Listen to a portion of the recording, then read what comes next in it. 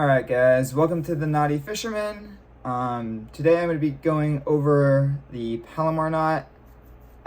Just a little bit of a tip on this one. It is in the top 2 of the beginning 4 knots. By that I mean the 4 knots every beginner fisherman should know. I would say it's second only to the Uni Knot, mainly because the Uni Knot can be used for just about anything. From tying a hook to your line to tying your reel or tying your line to your reel, and a few other riggings as well. Palomar Knot, while easy and really strong and having maybe 1 or 2 more uses than just the hook, is mainly only going to be used for tying your hook to line and doing things like the drop shot, the double drop shot. So it doesn't have as many uses as the Uni Knot does, which is why I would say it comes in second to that one of the 4. All right, let's go ahead and get started.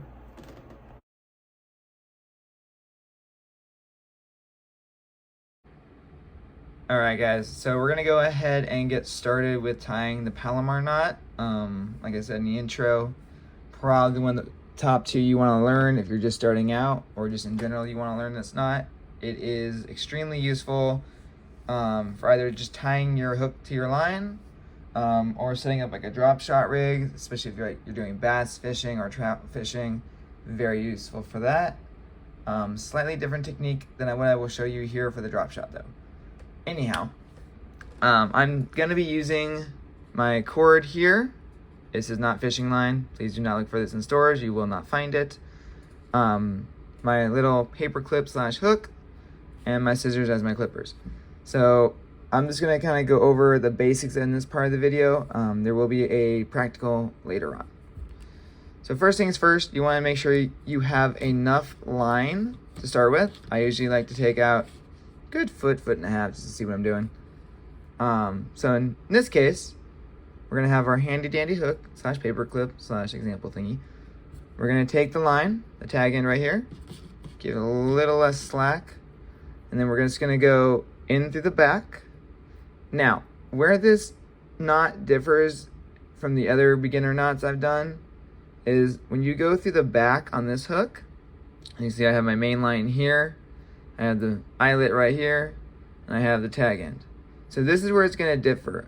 And most of the other knots, it would just be a single pass through, and then you'd form a loop of some sort and tie it.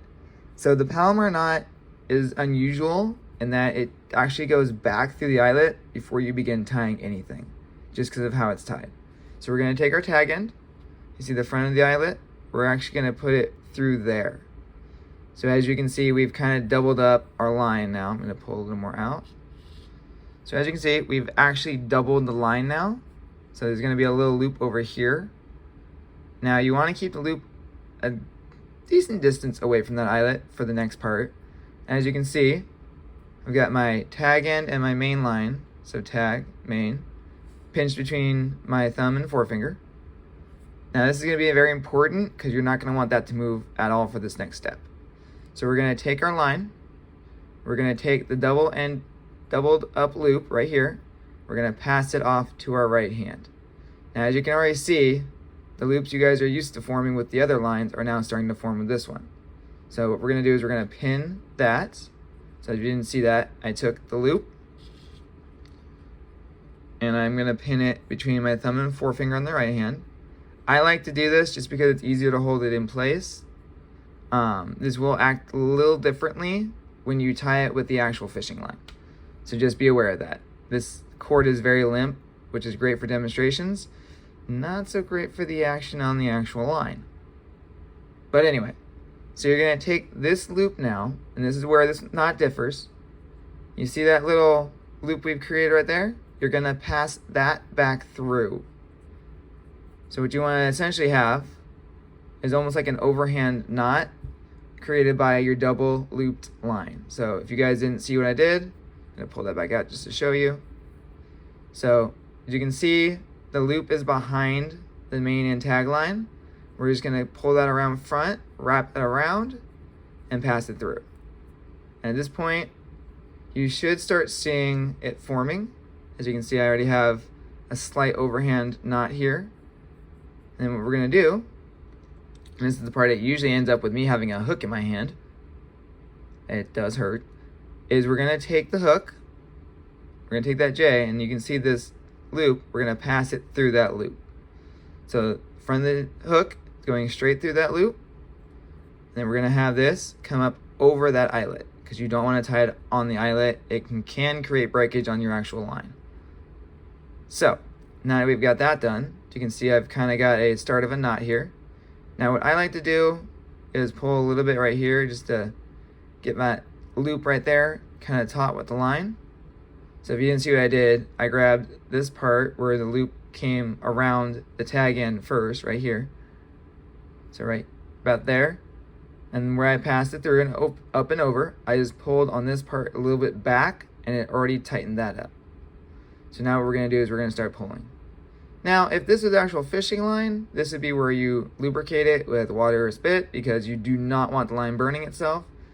Granted, there's not a lot of moving parts here, but there are enough that if it burns, it can create breakage later. So we're gonna keep pulling. You can already see that knot starting to form. So I like to give it a little tug right there to make sure that bottom part is tight. And now we're just gonna give it another tug.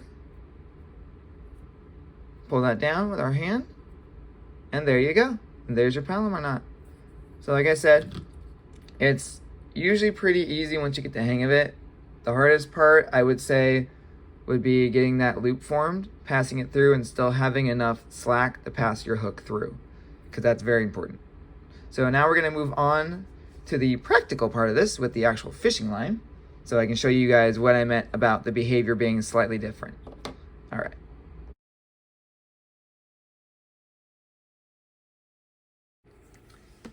All right, guys, let's go ahead and get started. This is gonna be the fishing line version of the example. So this is where I actually show you all the fun things the line does get in your way while you're tying this knot. All right, so I've got my clippers right here, 4-pound mono, obviously. I've got my hook here. Once again, if you guys wanna try and pick some of these up after this, size 8 owner mosquito hook. Personally, I go between size 10 and size 8. Size 8 is just more useful for examples because, you know, a little easier to see that when it's a size 8 rather than 2 sizes smaller. Not to mention, this is already pretty small. All right, anyway, so what we're gonna do is we're gonna go ahead and take our hook in our left hand. At least I do. If you're left-handed, switch these directions, it'll probably be easier. And we're gonna take our tag end right here, and we're gonna go ahead and go through the back of that eyelet, which for me is sometimes difficult just because of the size of the hook and the line being extremely clear. All right, now this is the hard part usually for me. I'm not sure if it's because my vision is failing or what, but you're gonna go ahead and take that line and go right through the front of the hook. And for me, like I said, I'm not sure if this is a comment on my vision or the fact that this line is clear as heck and it's hard to see. But going through the front of that hook after I've gone through the back is usually the hardest part. It's not for me. All right, so what we're gonna do now is make sure that is straight. So since we have a slight twist in the line, we're gonna go ahead and give this a rotation real quick. And now that it is doubled up and straight, as you guys can see, there is no twist in that. We're gonna go ahead and get started on the loop.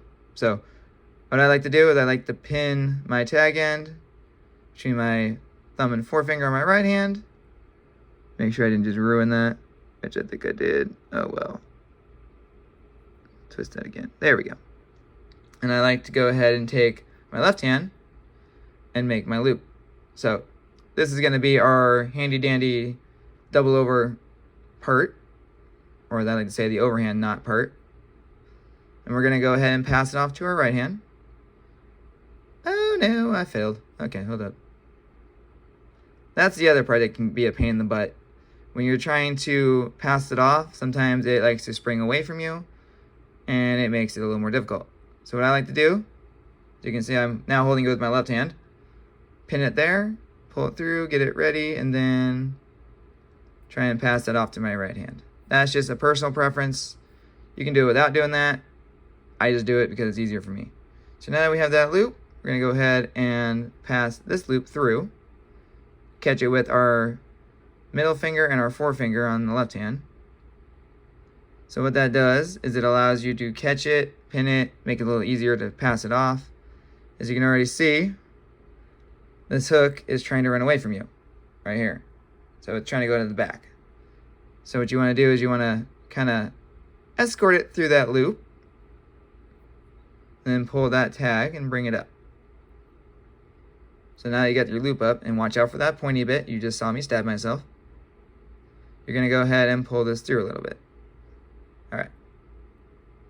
So now I've got that. I'm going to lubricate my knot, and we're just going to pull. And ta-da! Oh, by the way, on this part, watch that hook. I have hooked myself in the thumb more times than I could count because I held it, and it went, ooh, skin, and impaled me. So try and make sure you have that hook point exposed so you're not putting it through you instead of, having it tied and ready to go and, not bleeding. But, yeah, there's your Palomar knot. Like I said, probably in the top 2 knots you need to learn. All right, guys, there we go. So we're going to go ahead and clip our tag right now. So I like to come all the way down as close to the hook as I can. Clip that. And there it is. We are ready to hit the water with that. Very small tag. Nice, clean knot. And it's ready to go.